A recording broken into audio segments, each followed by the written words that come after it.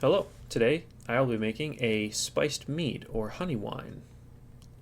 To follow along, you'll need a 1-gallon carboy and a gallon of water, as well as your honey.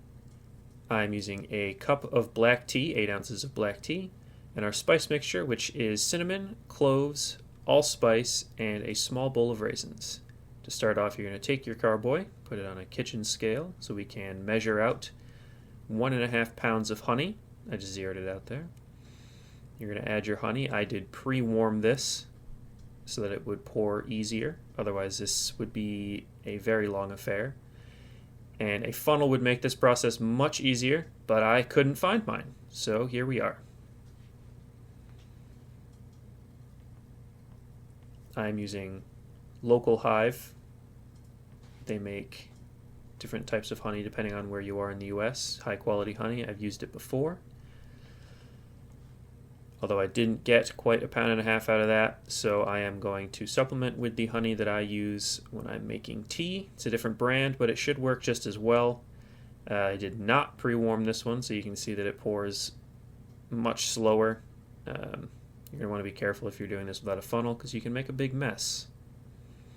After you've got your 1.5 pounds of honey, we are going to add our tea. This is, like I said, a black tea. It's a chai tea, actually, so it is spiced pretty much the same as what we're using. It smells absolutely fantastic. This is one of my favorite teas. It is also warm. I steeped it for about 8 minutes. This is going to help mix the honey in. Having your water be a little bit warmer is just going to help it mix in easier. You won't have to spend as much time mixing it in. And then we are going to add water. This is filtered water. You can use filtered water if you have a filter that is good, or you can use spring water. Don't use tap water without filtering it. The chemicals they use to purify tap water can negatively affect a fermentation.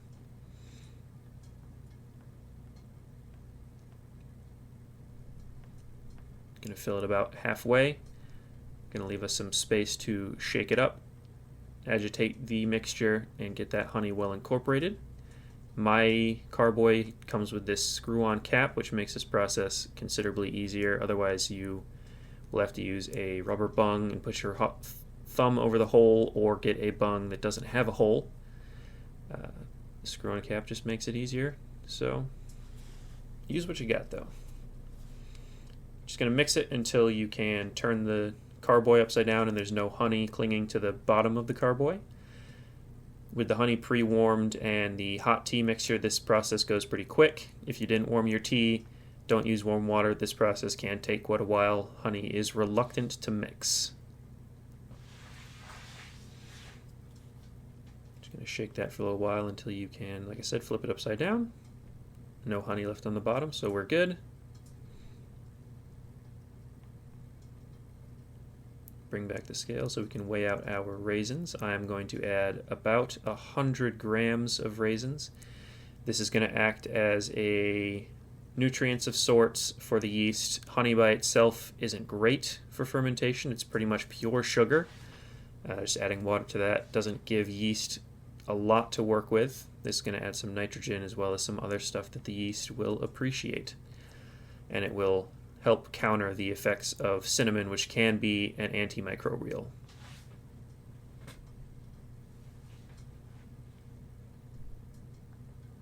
Just going to give that a quick shake to get the raisins mixed in a little bit. Then we're going to add our spices. Like I said, we're going with cinnamon, cloves, and allspice.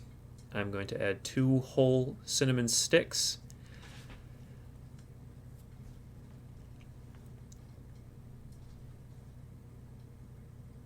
Yeah, that's the smell of the season, isn't it?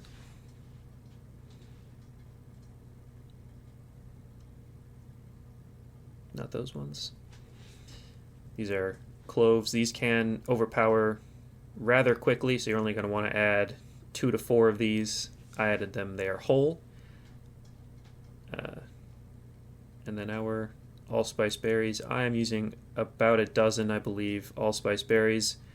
I'm just going to crack them, otherwise you won't get as much flavor from them. I had one that was just a shell. Just going to get rid of that. I'll clean it up later. And like I said, we're just going to crack those. Those are a little bit milder than cloves. You can use a little bit more, but they do smell absolutely fantastic.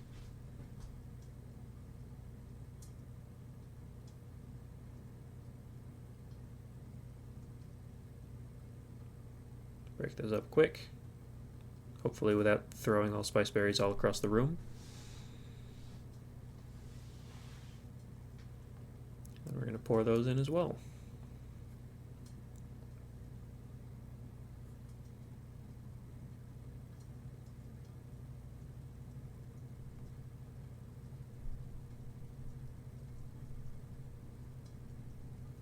Get those mixed in a little bit.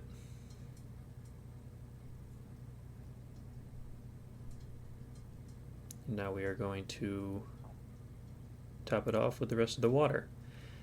These are sold as a 1 gallon carboy. I believe technically they're closer to 1.2 if you fill them all the way up, which you don't want to do. You want to give some space for expansion of foam during fermentation. So I'm going to fill it up to just past where it starts to taper in. That should give you about a gallon. And it will reduce your headspace, which will help prevent the creation of vinegar during your fermentation once alcohol is present. Fill to your desired level. Stepped on an allspice berry. Like I said, hopefully, without flinging them across the room. I think I'm going to be a little bit greedy here, add just a little bit more water. Yep, there I go.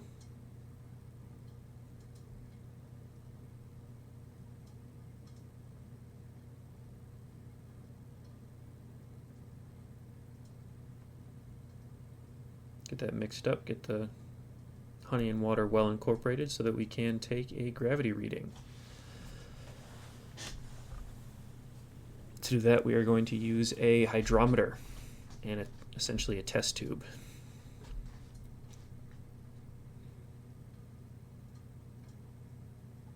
Using a turkey baster. This is one that I use exclusively for brewing. You don't want one that's got any sort of residue on it from any oily residue, because that can create off flavors in your brews.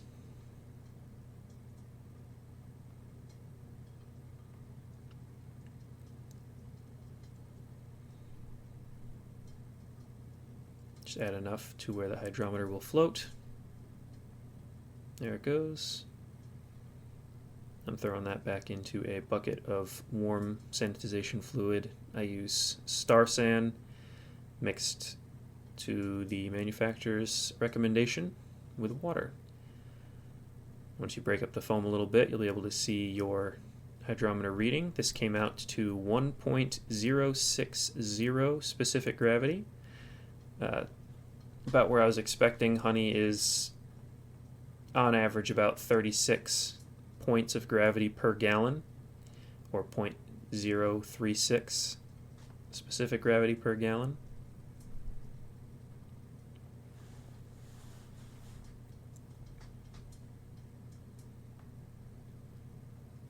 I'm going to prehydrate my yeast.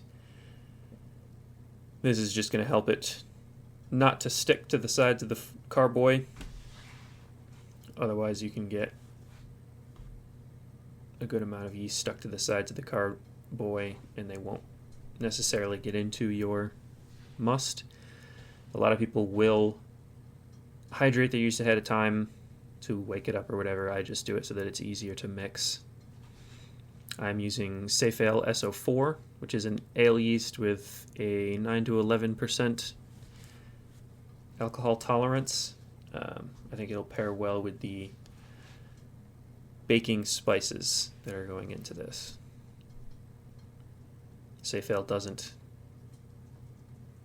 pre-cut their packaging, so you'd have to cut them with scissors. That's the only problem I have with that.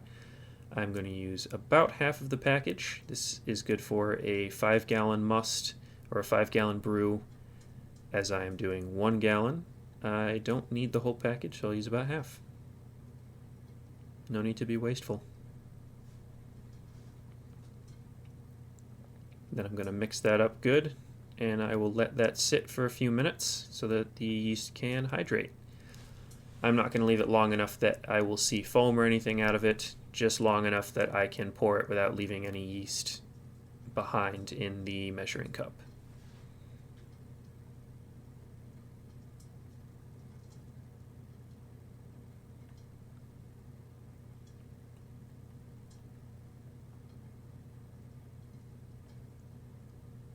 Once I've got that good and mixed up, I am going to go ahead, check it, see if it's mixing up well.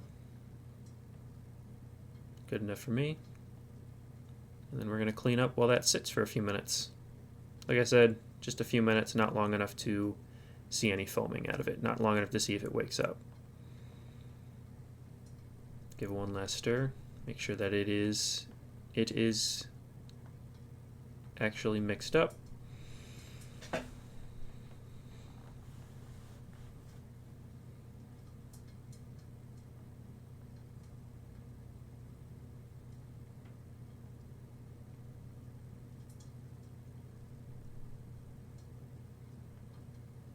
I guess I've decided that's good enough. We're going to go ahead and pour that in.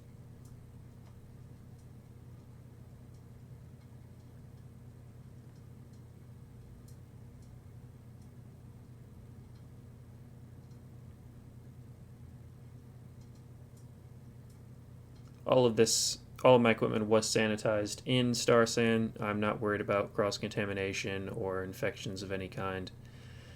So if you're going to be doing that, you are going to want to sanitize everything you use. Give that one last shake, and then we're going to top this off with a rubber stopper and an airlock. The airlock just prevents bugs, both literal and the